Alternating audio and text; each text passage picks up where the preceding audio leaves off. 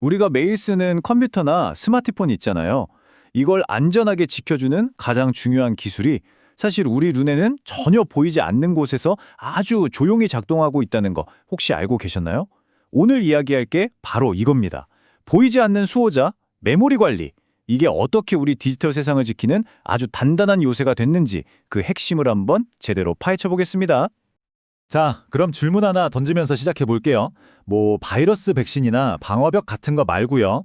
아마 이름조차 들어본 적 없을지도 모르지만 지금 이 순간에도 여러분의 소중한 데이터를 지키고 있는 가장 중요한 보안기는 뭘까요, 과연? 네, 정답은 바로 메모리 관리자입니다. 에이, 뭐야, 좀 시시하게 들릴 수도 있겠죠. 근데요, 사실 이 평범해 보이는 친구가 바로 현대 컴퓨팅 보안의 심장이나 다름없습니다. 왜 그런지 지금부터 그 이유를 차근차근 알려드릴게요. 모든 것엔 시작이 있잖아요. 메모리 보안의 역사를 이해하려면 시간을 거슬러 올라가야 합니다. 마치 서부 영화처럼 규칙도 질서도 없던 시절, 바로 컴퓨팅의 무법 시대로 말이죠. 여기 타임라인을 보시면요. 이게 그냥 기술이 발전했다 이런 단순한 얘기가 아닙니다. 이건 혼돈에서 질서로 나아가는 하나의 거대한 여정이었어요. 아무런 보호장치가 없던 초창기를 지나서 인텔 8086에서 리얼 모드라는 첫걸음을 뗐고요. 마침내 80286에서 보호 모드라는 혁신을 통해 보안이라는 개념이 처음으로 싹트게 된 겁니다. 그때 상황이 어땠냐면요.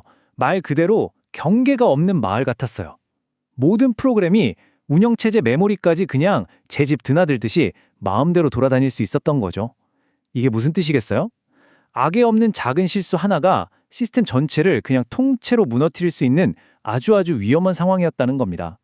그래서 이 리얼 모드와 보호 모드의 차이는 정말 극명합니다. 한쪽은 그냥 규칙 없는 무법천지, 다른 한쪽은 하드웨어가 직접 나서서 규칙을 강제하는 단단한 요새. 바로 이 거대한 분기점이 현대 컴퓨터 안정성의 출발점이었던 거죠. 그래서 등장한 게 바로 이 보호 모드입니다. 메모리라는 땅에 처음으로 법과 질서를 세우고 우리 디지털 요새의 첫 번째 벽을 쌓아 올리기 시작한 겁니다. 이 새로운 법의 핵심, 그게 바로 권한링이라는 개념이에요. 여기 동심원 보이시죠? 가장 안쪽, 그러니까 제일 안전한 링 제로에는 시스템의 심장, 커널이 딱 자리 잡고 있고요. 저 바깥쪽 링 3에는 우리가 쓰는 일반 앱들이 있는 거예요. 여기서 진짜 중요한 건 뭐냐면 하드웨어가 직접 이 링 사이의 경계를 철통같이 감시한다는 겁니다. 그래서 바깥에 있는 프로그램이 안쪽 커널 영역을 절대 못 건드리게 막아버리는 거죠. 비유하자면 드디어 운영체제라는 왕이 안전한 성벽 안으로 들어오게 된 셈입니다. 자, 이제 역사 얘기는 잊지 말고 현대로 넘어와 볼까요? 과거에 이런 아이디어들이 어떻게 발전해서 오늘날 우리 컴퓨터를 지키는 정교한 보안 엔진의 청사진이 되었는지 한번 살펴보겠습니다. 현대 메모리 보호 기술은요, 아주 강력한 세 개의 기둥 위에 서 있다고 보시면 돼요. 첫째, 재배치. 이건 프로그램을 실행할 때마다 메모리의 다른 위치에 두는 거예요. 공격자 입장에선 목표물이 어디 있는지 예측하기가 힘들어지겠죠? 둘째, 보호. 메모리 공간마다 명확한 규칙을 주는 겁니다. 예를 들면 이것은 데이터만 저장하는 곳이니까 절대 프로그램을 실행할 수 없어 하고 못을 박아버리는 거죠. 악성 코드가 숨어들 틈을 안 주는 거예요. 마지막으로 공유. 여러 프로그램이 라이브러리 같은 공통 자원을 효율적으로 쓰게 하면서도 각자의 비밀 데이터는 철저하게 분리되도록 보장해주는 겁니다. 그럼 방금 말한 재배치, 보호, 공유 이런 규칙들을 대체 누가 나서서 강제할까요? 바로 이 절대적인 존재, MMU, 즉 메모리 관리 장치입니다. CPU하고 메모리 딱 중간에 서서 모든 요청을 감시하는 그야말로 시스템에 부패하지 않는 문지기라고 할 수 있죠. MMU가 일하는 방식, 이걸 완전 중재의 원칙이라고 부르는데요. 원리는 아주 간단합니다. 어떤 프로그램이 메모리에 접근하려고 한다? 그럼 그 요청은 무조건 예외 없이 MMU를 거쳐야만 해요. 그럼 MMU는 뭘 하느냐? 하드웨어에 딱 기록된 규칙, 그러니까 페이지 테이블이라는 명단을 보고 넌 통과, 넌 안 돼 하고 결정을 내리는 거죠.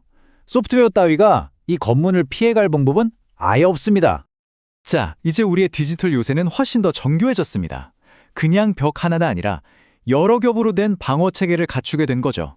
마치 성을 지키는 해자, 성벽, 그리고 그 위에 있는 감시탑처럼요. 첫 번째 방어선은 NX 비트입니다. 규칙은 아주 단순 명료해요. 여기는 데이터를 두는 곳이니까 절대로 코드를 실행하지 마라. 이 간단한 규칙 하나만으로도 악성 코드를 주입하려는 수많은 공격을 막아낼 수 있습니다. 두 번째는 ASLL입니다. 이건 뭐랄까?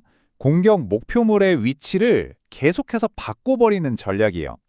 시스템을 켤 때마다 중요한 데이터들의 주소가 막 바뀌니까 공격자 입장에서는 도대체 어디를 공격해야 할지 예측하기가 굉장히 까다로워지는 거죠. 그리고 한 걸음 더 나아가서 KPTI 같은 최신 기술도 있습니다. 이건 한층 더 강력해요. 아예 일반 프로그램에게 커널에 지도 자체를 숨겨버리는 겁니다. 어디에 뭐가 있는지조차 모르니 공격할 엄두도 못 내게 만드는 거죠. 멜트다운처럼 교묘하게 정보를 훔쳐보는 공격을 원천적으로 차단하는 아주 강력한 방어벽입니다. 그러니까 여기서 핵심은 바로 이겁니다.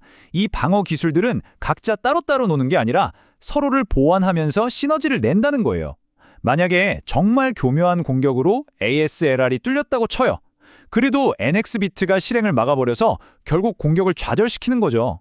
이런 시너지가 바로 현대 시스템의 끈질긴 생명력, 즉 복원력의 비밀입니다. 지금까지 우리는 메모리 관리라는 눈에 보이지 않는 전쟁터에서 벌어지는 치열한 전투를 함께 살펴봤습니다. 이 끝없는 감시가 왜 우리 모두에게 중요한지 마지막으로 한번 정리해보겠습니다. 정리해볼까요? 혼돈의 무법 시대에서 시작해서 질서 있는 보호 모드로, 그리고 MMU라는 강력한 집행관과 여러 겹의 방어막을 갖춘 오늘날의 디지털 요새에 이르기까지 이 모든 진화의 과정이 있었기에 우리가 지금 이렇게 안전하게 디지털 생활을 누릴 수 있는 겁니다. 하지만 여러분, 이 싸움은 아직 끝나지 않았습니다. 공격자들은 계속해서 새로운 방법을 찾아낼 거예요. 그렇다면 질문은 이것입니다. 끊임없이 진화하는 위협에 맞서서 우리의 디지털 요새를 지킬 다음 방벽은 과연 어떤 모습일까요? 우리 모두 한 번쯤 생각해볼 문제입니다.